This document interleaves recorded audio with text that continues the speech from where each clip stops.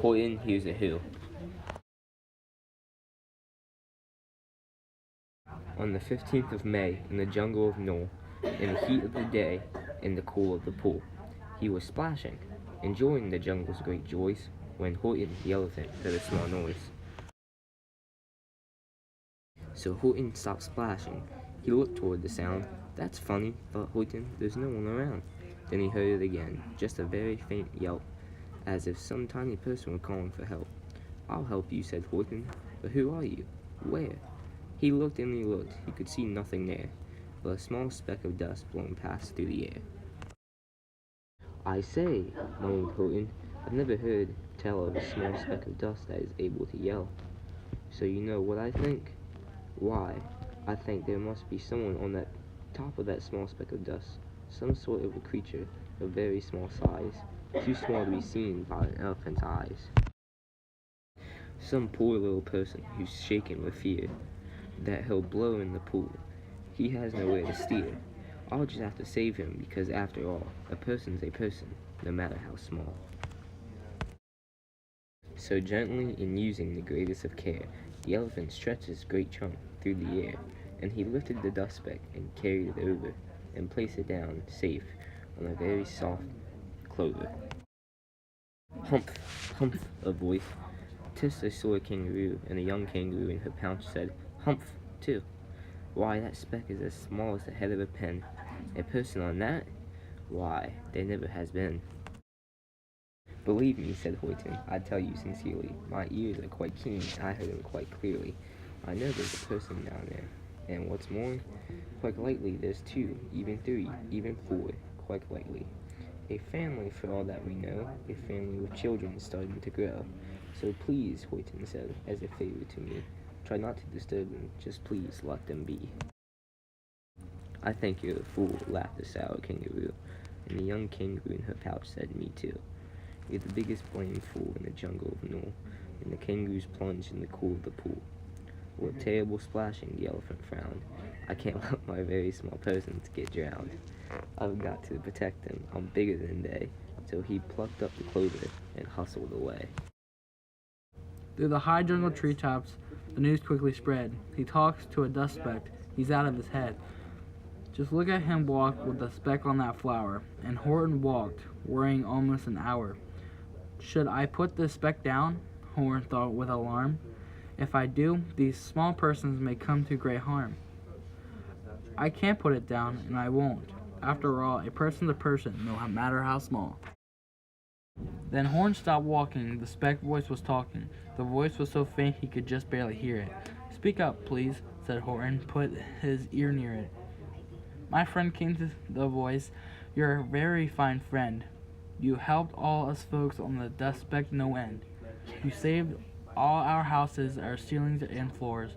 You saved all our churches and grocery stores. You mean, Horton gasped, you have buildings there too? Oh yes, piped the voice, I most certainly do. I know, called the voice, I'm too small to be seen, but I'm mayor of a town that is friendly and clean. Our buildings to you would seem terribly small, but to us who aren't big, they are wonderfully tall. My town is called Whoville, from I am a Who. And we Whos are all thankful and grateful to you. And Horton called back to the mayor of the town, you're safe now, don't worry, I won't let you down. But just as he spoke to the mayor of the speck, 3 big jungle monkeys climbed up Horton's neck. The Ricochet brothers came shouting, what rot, this elephant's talking to Whos who are not. There aren't any Whos, and they don't have a mayor, and we're going to stop all this nonsense, so there. They snatched Horton's clover, they carried it off to a black-bottomed eagle named Vladikov, a mighty, strong eagle or a very swift wing, and they said, will you kindly get rid of this thing? And before the poor elephant even could speak, the eagle flew off with a flower on his beak. All that late afternoon and far into the night, that black-bottomed bird flapped his wings in fast flight, while Horton chased after with groans over stones, that tattered with his toenails and battered with his bones, and begged please don't harm all my little folks who have as much right to live as us bigger folks."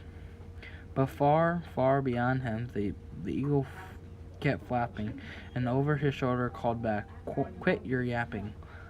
I'll fly the night through, I am a bird. I don't mind it, and I'll hide this tomorrow where you'll never find it."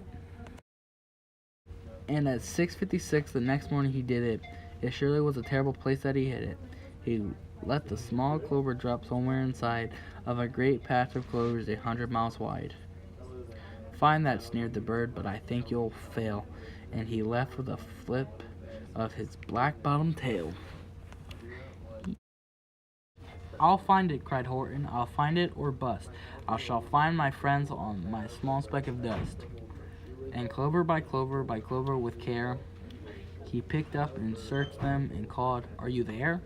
But clover by clover he found that one that he sought for was just not around. And by noon poor old Horton, more dead than alive, he picked, searched, and piled 9,005. Then on through the afternoon, hour after hour, till he found them at last on the 3,000,000th flower. "My friends," cried the elephant, "tell me, do you tell? Are you safe, are you sound, or are you whole, or are you well?" From down on the speck came the voice of the mayor. "We really had trouble, much more than our share. When that black-bottomed birdie let go and we dropped, we landed so hard that our clocks have all stopped.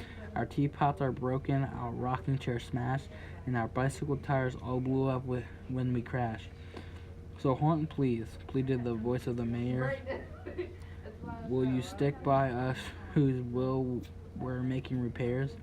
"Of course," Horton answered, "of course I will stick. I'll stick by you small folks through thin and thick." "Humph," humphed a voice. "For almost 2 days you've run wild and insisted on chatting with persons who've never existed. Such carryings on in our peaceable jungle. We've had quite enough of your bellowing bungle. And I've here to state," snapped the big kangaroo, "that your silly nonsensical game is all through." And the young kangaroo and her pal said, "Me too." With the help of the Wickersham brothers and dozens of Wickersham uncles and Wickersham cousins and Wickersham in-laws, whose help I've engaged, you're going to be robed and you're going to be caged. And as for your dust speck, ha, that we shall boil in a hot steam kettle of bezelnut oil." "Boil it," gasped Horton. "Oh, that you can't do. It's all full of persons they'll prove it to you." Mr. Mayor," Horton called. "Mr. Mayor, you got to prove now that you really are there. So call a big meeting, get everyone out, make every who holler, make every who shout, make every who scream. If you don't, every who is going to end up in bezelnut stew." And down on the dust speck, the scared little mayor quick called a big meeting in Whoville Town Square.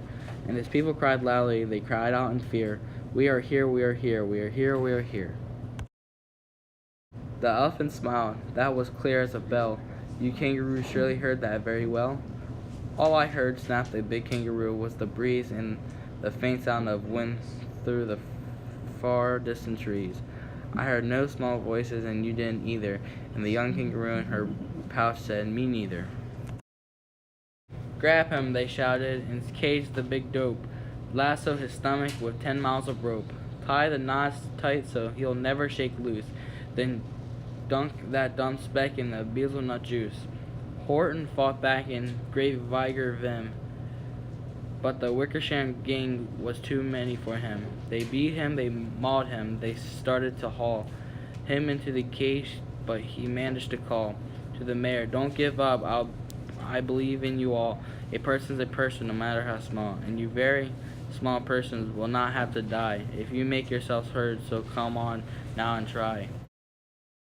The mayor grabbed a tom-tom, he started to smack it, and all over Whoville they whooped up a racket. They rattled tin kettles, they beat on brass pans, on garbage pail tops and old cranberry cans. They blew on bazookas and blasted great toots, on clarinets, oompas, and boom buzz and flutes. Great gusts of loud rocket rang high through the air. They rattled and shook the whole sky. And the mayor called up through the howling mad hullabaloo, "Hey Horton, how's this? Is our sound coming through?" And Horton called back, "I can hear you just fine, but the kangaroo's ears aren't as strong quite as mine. They don't hear a thing. Are you sure all your boys are doing their best? Are they all making noise? Are you sure every who down there in Whoville is working? Quick, look through your town. Is there anyone shrieking?" Through the town rushed the mayor from east to west, but everyone seemed to be doing his best. Everyone seemed to be yelping or yiping. Everyone seemed to be beeping or biting. It wasn't enough, all this ruckus and roar. He had to find someone to help him make more. He raced through each building, he searched floor to floor. And just as he felt he was getting nowhere, and almost about to give up in despair, he suddenly burst through a door, and that mayor discovered one shrieker, quite hidden away, in that Fairfax apartment 12J. A very small shrieker named Jojo was just standing and bouncing a yo-yo, not making a sound, not a yelp, not a chirp. And the mayor rushed inside, and he grabbed that young twerp. And he climbed with the lad up the Eiffelberg Tower. "This," cried the mayor, "is your town's darkest hour. The time for all whose have blood that is red to come to the aid of the country," he said. "We've got to make noise in great amounts, so open your mouth, lad, for every voice counts." Thus he spoke as he climbed. When they got to the top, the lad cleared his throat, and he shouted out, "Yep!" And that yop, that one small extra yop, put it over. Finally, at last, from that speck on the clover, the voices were heard. They rang out clear and clean, and the elephant smiled. "Did you see what I mean? They've proved they are persons, no matter how small, and the whole world was saved by the smallest of all." "How true, yes, how true," said the big kangaroo. "And from now on, you know what I'm planning to do? From now on, I'm going to protect them with you." And the young kangaroo in her pouch said, "Me too. From sun in the summer, from rain when it's fallish. I'm going to protect them, no matter how small." The end.